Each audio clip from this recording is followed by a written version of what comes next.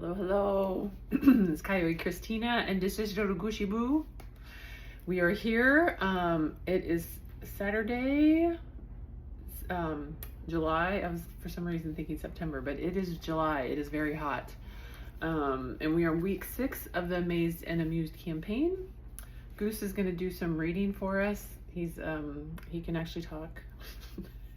No, he can't. He does think he's human, but he can't talk. Not in English anyway.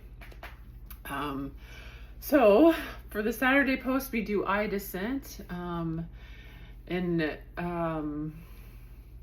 don't know where to start with this one in the world today, except for right now, the U.S. government is completely abusing its power, violating rights, kidnapping people. ICE raids are horrifying, terrifying, inhumane, especially when they take away people have come here legally and been giving asylum, and they just took that away from them overnight. People are getting arrested when they show up at their court dates. They're going through the legal process. They are here legally and they are being arrested and detained, or kidnapped, because it's completely illegal and it's a complete abuse of power. Most of the courts agree. Most of the courts have put injunctions on the administration, and they just keep doing exactly what they want, not following our Constitution, not doing what's best for our communities, for our economy, at all levels. It can't be justified. So I'm sorry, but if anyone watching, if you support Trump, you don't support democracy. Like, it's a fact. Like, there's no debate about it right now, the way our Constitution is being violated and what's happening. So just kind of wanted to call out those abusive power structures, and the abuse of power that's happening right now. And then one of the biggest issues and why this has happened, I believe, is that we have had underlying abusive power structures between patriarchy and race. And capitalism can be very abusive when it exploits, when workers don't have rights and they get exploited at work. So if we don't have the proper safeguards in our society, in our communities, and these abusive power structures keep getting perpetuated, it's not a good thing. So I was actually thinking, this is my first book, To Kill a Coyote. And this is actually a proof. I've had this forever. It's a proof. So it's one of the, like, when I first held for the first time, like, my book in my hands, it was like, I was like, I wonder if this is what it's like to have a baby. Because I never had kids. And, yeah, and it took more than 9 months to gestate this baby. But, once it's out there, at least I didn't have to change diapers. It probably kept me up at night here and there. But I just wanted to read for you guys I included in here a couple of I had a class, a women in law class, and we did a lot of journaling about the law and women. So we want the law to treat all in the manner that allows for self-determination, as opposed to categorical rigidity that limits one's ability to effectuate self-determination. Woman is a word that is loaded with connotations of characteristics, roles, and symbols. It is important that instead of letting the word define the world we live in, we define the word to fit who we are and a value system that strives for equality among all individuals. The definition is not static. It is alive and waiting to transcend the traditional roles and stereotypes that are not adequate descriptions of who and what each of us is, because and in spite of our physical attributes. Why is it so hard to simply be who we are? It seems that the categories we create, that the law creates, when they are limited and not representative, can actually create the issues that the law is trying to address. If we had an additional gender or additional genders, if we did not identify gender and physical attributes so closely, if we were more accepting of those that are different, would transgender individuals be facing an identity crisis? Perhaps their crisis is not one of identity. They know exactly who they are. They have a strong sense of self.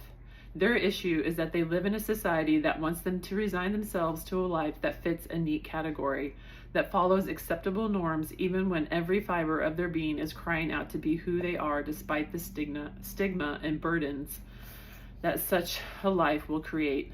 Not because there's something wrong with these people, but because there's something wrong with our society. The problem is not the identity of transsexuals.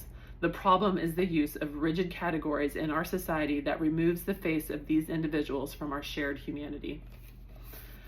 So I wrote that in 2009, maybe 2008. And I think it's more pertinent today than ever because it's horrifying how transgender people have been attacked and treated like they're less than human and like there's some sort of threat to us. It's really horrifying that people can't just accept, like, yeah, they might be different than you. Yeah, it might freak you out or be weird to you, but it doesn't mean just leave them alone. Just let people live their lives. Especially, you probably don't even know a person. I don't know. It's ridiculous. And then another part of the law, this is some more from my law, a different topic here, but what did I want to do? I'll start here. The writings seem to assume that gender determines identity, especially for women. I much preferred McKinnon's response and reasoning. This distinction made by her comment, they are not sex or gender, they are marked and defined and controlled by it. It goes back to the issue of the power to define, or the issue of whether we are defined by our gender or if we define our gender. I also liked her statement that feminism thus does not assume, it rather builds its women. Here we see that the feminist ideal is to allow a woman to define herself instead of being defined according to her gender and biological attributes. And I think that's the main thing. Not only is that the basis for women in feminism, but that's the basis for humanity and humans with self-determination. Like every single person should get to decide like how they want to express themselves in the world. They get to decide their sexual identity. They get to decide I just don't know why people have to be so upset when someone else chooses something different than them. Human rights recognize the commonalities of all people and assign every individual an inherent value that necessitates respect of every person's dignity, whether they deserve that respect or not. The law attempts to enforce human rights by requiring equal access and opportunity to all, to the greatest extent possible. The law wants to make the playing field level, but many times it starts with the assumption that the playing field is level, when in reality the playing field is nowhere close to level for each individual. So the scales remain very uneven for so many in our nation and in our world. It's not about what makes a woman's experience different. It's about making the playing field level. In this way, I would frame the legal discourse as one of rights, not one of protections. When we speak of women as needing protection, we are implicitly perpetuating the idea that women cannot take care of themselves. This perpetuates the faulty view that women are weak and creates a misconception that they need protection because of their weakness, because of some inherent trait of being a woman. It's not that women are weak or cannot take care of themselves. It's that we live in a framework that has systematically subordinated women, and the institutional legacy of this system makes it harder for women to achieve economic independence and professional excellence, not because of any fault or characteristic of a woman, but because of the inherent bias that remains in the legal system and in society at large.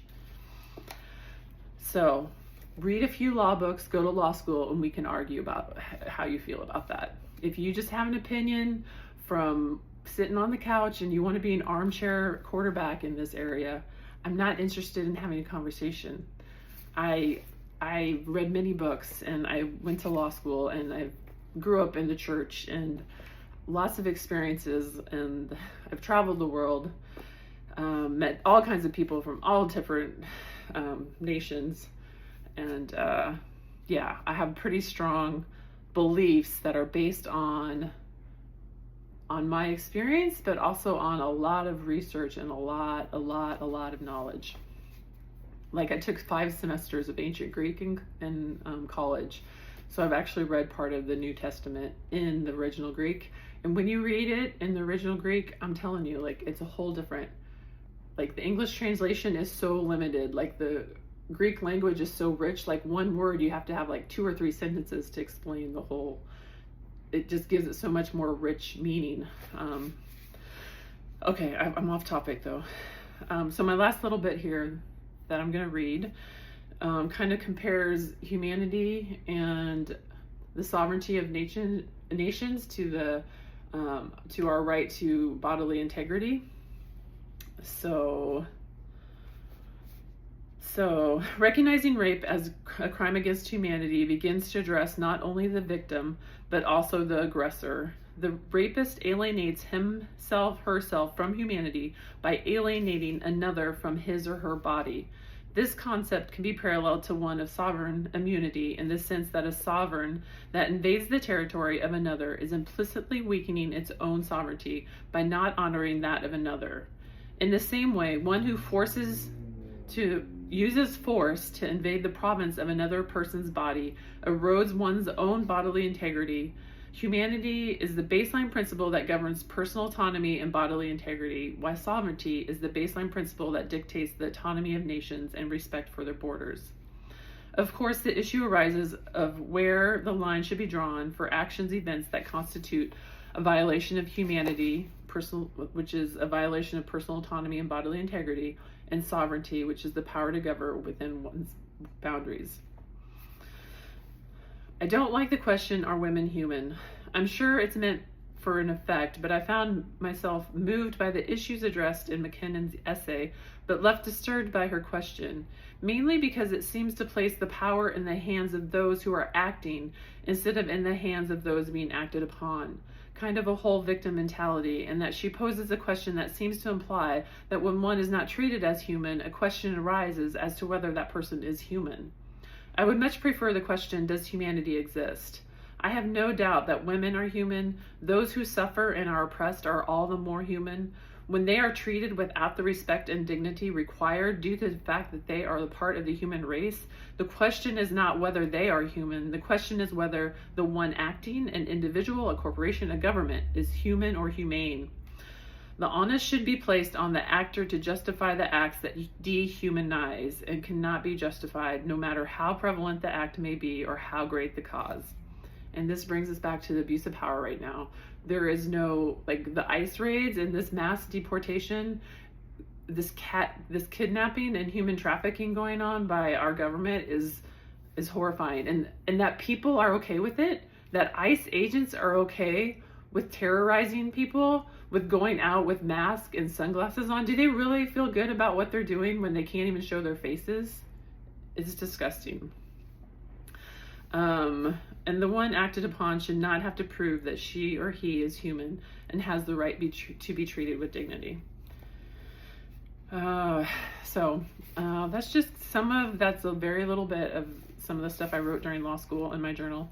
And I'm going to wind up with a deeper truth. And I really like, this is about surrogacy and contracts. So when people contract to have someone like carry a baby and birth it for them, and whether or not that mother is required by her contract, can that contract override the mother's right to her own child once that child is born? So this is about those cases. To me, the court's overturning of a surrogacy contract signifies a deeper truth that stems from universal human experience that deserves to be recognized by law. This truth does not necessarily control, but it requires certain conditions regarding surrogacy contracts with a fundamental undertone that money cannot buy away a biological mother's right with the written word and a signature. I like this, deeper truths that reveal our humanity and that cannot be superseded by money or reasoned away by contract. So, yeah. So we're going to end with that, and really about this campaign, it's about connecting with that inner truth within, and is what's happening on that side. There's plenty of things that are legal that are so immoral, it's unbelievable, and a lot of people are very happy to function within the law, being completely immoral, especially if they're making money. So it's not this like you always have to follow the letter of the law, but it's always going true deep within, like, what is this right or wrong, and asking your heart and not always going with that egoic consciousness. Anyway, so there we are. I hope you're doing okay in this world today. I hope you're enjoying Amazed and Amused. I've got my lizard back here, lizard for dreaming, our butterflies for transformation. We just came into the transformation stage, and this is my little puppy. Here's my little statue puppy. I get Goosey decided he was going to be shy and he left us. So, all right. If you're enjoying the campaign, I would love if you would subscribe on Substack and become a free subscriber. And the other thing is pre-sales. So if you go to tkcdreams.net, be part of the pre-sale and be one of the first to hold a copy of Amazed and Amused in your hands. Bye-bye.